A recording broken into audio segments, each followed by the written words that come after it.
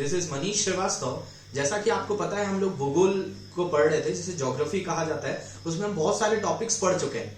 आज की क्लास में मैं एक नया टॉपिक लेकर आया हूं जो कि आपके लिए जो एग्जाम होने वाला है आपका जेल पेहरी का, उसमें काफी काम आने वाला है। तो इस लेक्चर में हम लोग जो है भारत के जो सड़क परिवहन है उसके बारे में पढ़ेंगे। जैसा ट्रांसपोर्ट में हमने पिछले में रेलवेज के बारे में पढ़ा था, वैसे ही आज हम लोग रोडवेज के बारे में पढ़ेंगे। रोडवेज जो है सड़क परिवहन कहलाता है। तो भारत में कितनी सड़कें हैं, उनको किस किस तरह से विभाजित किया गया है, वो सब चीजें हम लोग समझेंगे। और किस तरह से जो है भारत में क्या क्या जो है सड़क के अंतर्गत आता है और इसका क्या बड़ा योगदान है उसको समझेंगे। तो सबसे पहली बात की जाए तो भारत में जो सबसे ज्यादा जो पहुंच वाला जो परिवहन है, मतलब कि कोने कोने तक भारत के जो हिस्सों में जो पहुंचता है, उस परिवहन में जिस परिवहन का नाम आता है उस परिवहन का नाम है सड़क परिवहन। क्योंकि आपकी अगर हम रेलवेज की बात करें तो आपने देखा होगा ट्रेन हर जगह नहीं जाती, छोटे छोटे गांव कस्बों तक ट्रेन नहीं पहुंच पाती। तो उन को जोड़ने के लिए आप किसका प्रयोग करते हैं, तो सड़कों का प्रयोग करते हैं। और सड़कों में भी अलग अलग प्रकार की सड़कें होती हैं। जैसे इसमें मैंने आपको बताया है,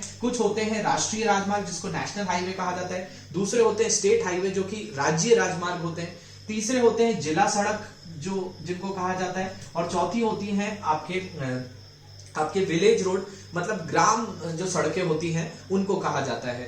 तो ये चारों मिलकर भारत के जो है सड़क परिवहन में जो है अपना योगदान देती हैं। इसके अलावा भी कुछ होती हैं, जैसे बॉर्डर रोड ऑर्गेनाइजेशन होती हैं जो आपकी भारत की सीमाओं पर जो है सड़क बनाती हैं। कई तरह की ऐसे संगठन होते हैं। जैसा अभी आप सुन रहे होंगे कि भारत और चीन के बीच में जो विवाद चल रहा था, वो विवाद इसलिए चल रहा था क्योंकि वो सड़क बनाई जा रही थी भारत और चीन के बीच में, आपका जो गलवान घाटी में जो विवाद हुआ था।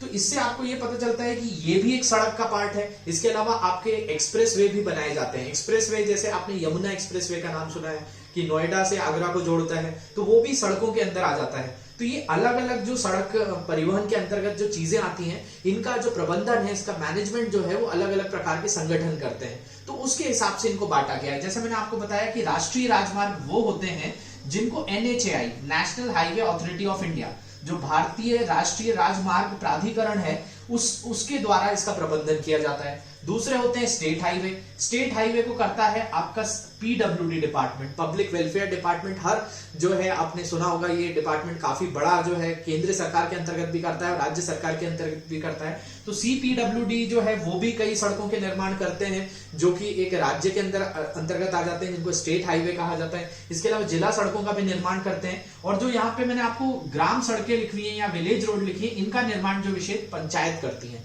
तो पंचायतों द्वारा इनका जो है आपका पूरी तरह से जो प्रबंधन किया जाता है और इन्हीं की मरम्मत जो की जाती है और नई सड़कें जो बनवाई जाती हैं वो ऐसे ही पंचायत के जरिए बनवाई जाती हैं। अब इन सब सड़कों का अगर हम जाल देखें तो कितना भारत में है, तो भारत के अंदर लगभग अभी आज की स्थिति जो बात कर रहे हैं वो 53 लाख वर्ग किलोमीटर की जो है आपकी जो है सड़कें हैं। और इन सड़कों में अगर हम बात करें तो आपको लग रहा होगा कि सबसे ज्यादा कौन सी सड़कें हैं, तो राष्ट्रीय राजमार्ग हैं। तो ऐसा नहीं है। सबसे ज्यादा जो सड़कें हैं भारत में वो कौन सी हैं, वो जिला आपकी विलेज रोड है, मतलब ग्राम सड़कें हैं। क्योंकि आपने सुना होगा अटल बिहारी वाजपेयी जो ग्राम सड़क योजना, जो एक योजना शुरू की गई थी जिसमें भारत के छोटे छोटे गांव को जो है शहरों से कस्बों से जोड़ा गया था। तो उसके तहत लगभग 18 लाख किलोमीटर की रोड बनवाई गई थी और उससे यही आंकड़ा जो है एकदम से उछाल मारकर 53 लाख तक पहुंच गया है। तो इसमें सबसे ज्यादा योगदान जो है वो ग्राम सड़कों का है, या आपके जो गांव को जोड़ने वाली सड़कें हैं। अटल बिहारी ग्राम सड़क योजना जो आपने सुनी होगी, काफी जो है महत्वाकांक्षी योजना थी, अटल बिहारी वाजपेयी ने शुरू कराई थी।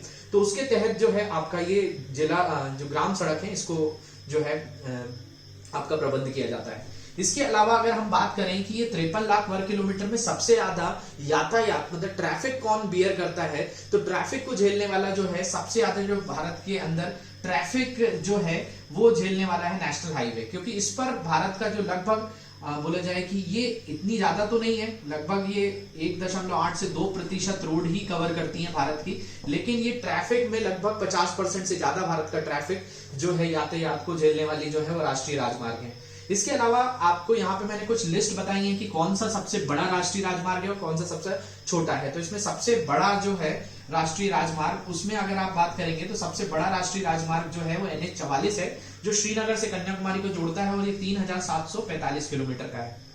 यह भी वर्तमान में 2 साल पहले ही जो है इसको बनाया गया है। उससे पहले आप NH7 के बारे में सुनते थे। NH7 जो है वाराणसी से कन्याकुमारी है जो कि 2669 किलोमीटर है। ये भारत का पहले जो है सबसे लंबा राष्ट्रीय राजमार्ग हुआ करता था, लेकिन जब से ये आपका NH44 बन गया है, इसने NH7 को पीछे छोड़ दिया है। इसके अलावा सबसे छोटा जो राष्ट्रीय राजमार्ग है वो NH47A है, NH47A। ये कोच्चि शहर में है। वहां पर एक आइलैंड है जिसको कहा जाता है वेलिंगटन आइलैंड। तो ये वेलिंगटन आइलैंड को कुंडगनूर से जोड़ता है। ये कुंडगनूर जो है केरला में ही है और इन दोनों जगहों को जोड़ने के काम करता है। ये 8 किलोमीटर की सड़क है जो भारत का सबसे छोटा हाईवे कहलाता है। तो आप सबसे बड़ा याद रखेंगे NH44 है, सबसे छोटा NH47 है। इसके अलावा यहाँ मैंने कुछ लिस्ट बताई है कि भारत में कौन कौन से राष्ट्रीय राजमार्ग हैं। तो NH1 जो है, NH1 जिसको कहा जाता है, ये अमृतसर से दिल्ली को जोड़ता है। NH2 दिल्ली से कोलकाता को जोड़ता है। NH3 आगरा से मुंबई को जोड़ता है। NH4 जो है मुंबई से चेन्नई को जाता है। NH5 जो है वो चेन्नई से कोलकाता जाता है। NH6 कोलकाता से धुले जाता है। NH7 वाराणसी से दिल्ली, वाराणसी से कन्याकुमारी जाता है। NH8 मुंबई से दिल्ली आ जाता है। इसके अलावा NH9 है वो मुंबई से विजयवाड़ा जाता है। NH10 जो है ये दिल्ली से फजील्का है। ये फजील्का जो है पंजाब में है। तो ये प्रमुख जो है 10 हाईवे मैंने यहाँ पे बताए हुए हैं। इसके अलावा मैं ये NHAI के 2 जो है योजनाओं के बारे में बता रहा हूँ जो इनने बनवाई थी, जिसको फेज 1 और फेज 2 के तहत बनाया गया था। तो फेज 1 के अंतर्गत जो है एक चीज बनाई गई थी जिसको कहा जाता है golden quadrilateral project. Golden quadrilateral project का मतलब स्वर्णिम चतुर्भुज योजना थी। ये स्वर्णिम चतुर्भुज योजना का जो एक काम था उसका ये था कि ये स्वर्णिम चतुर्भुज योजना के तहत भारत के जो 4 प्रमुख शहर हैं, जिनमें आपकी बात करें दिल्ली, कोलकाता, इसके अलावा जो मुंबई और चेन्नई, इनको सड़क के मार्ग से जोड़ने का काम करने के लिए ये बनाई गई थी सड़क, जो कि लगभग 5900 किलोमीटर की थी और ये चारों शहरों को जोड़ती है, जिसको स्वर्णिम चतुर्भुज योजना कहा जाता है और ये अटल बिहारी वाजपेयी ने शुरू कराई थी। इसके अलावा एक और योजना थी फेज 2 योजना, जिसके तहत भारत को उत्तर भारत को दक्षिण भारत से और पूर्वी भारत को पश्चिम भारत से जोड़ने का था। तो ये सड़क बनाई गई थी श्रीनगर से कन्याकुमारी तक और इसी के तहत NH44 बना है। इसके अलावा आपका पूर्व से पश्चिम की बात करें तो पूर्व से पश्चिम में पोरबंदर सुना होगा आपने। पोरबंदर से लेकर सिलचर, ये असम में है, इसके बीच में रोड बनाई गई थी और ये बीच में झांसी में मिलती है। तो ये इसको कहा जाता है उत्तर दक्षिण पूर्व पश्चिम गलियारा, मतलब north south east west corridor. तो ये कॉरिडोर जो है आपका लगभग 7300 किलोमीटर का है, ये एक फैक्ट याद रखेंगे। और ये श्रीनगर से कन्याकुमारी, सिलचर से पोरबंदर को जोड़ता है और बीच में जो शहर आता है वो आता है झांसी। तो ये कुछ प्रमुख तथ्य थे जो सड़क परिवहन के से आपको आने चाहिए और एग्जाम में आपको काफी जो है इससे मदद मिलेगी। और जो है इसको आप बहुत अच्छे से देखिए। किसी भी तरह के कोई डाउट्स हैं तो आप कमेंट सेक्शन में हमको जरूर बता सकते हैं और कोई भी तरह का आपको डाउट आ रहा है तो कमेंट सेक्शन में जरूर लिखिए। अगर आपको हमारे लेक्चर्स अच्छे लग रहे हैं तो कमेंट सेक्शन में जरूर बताइए। Thank you very much.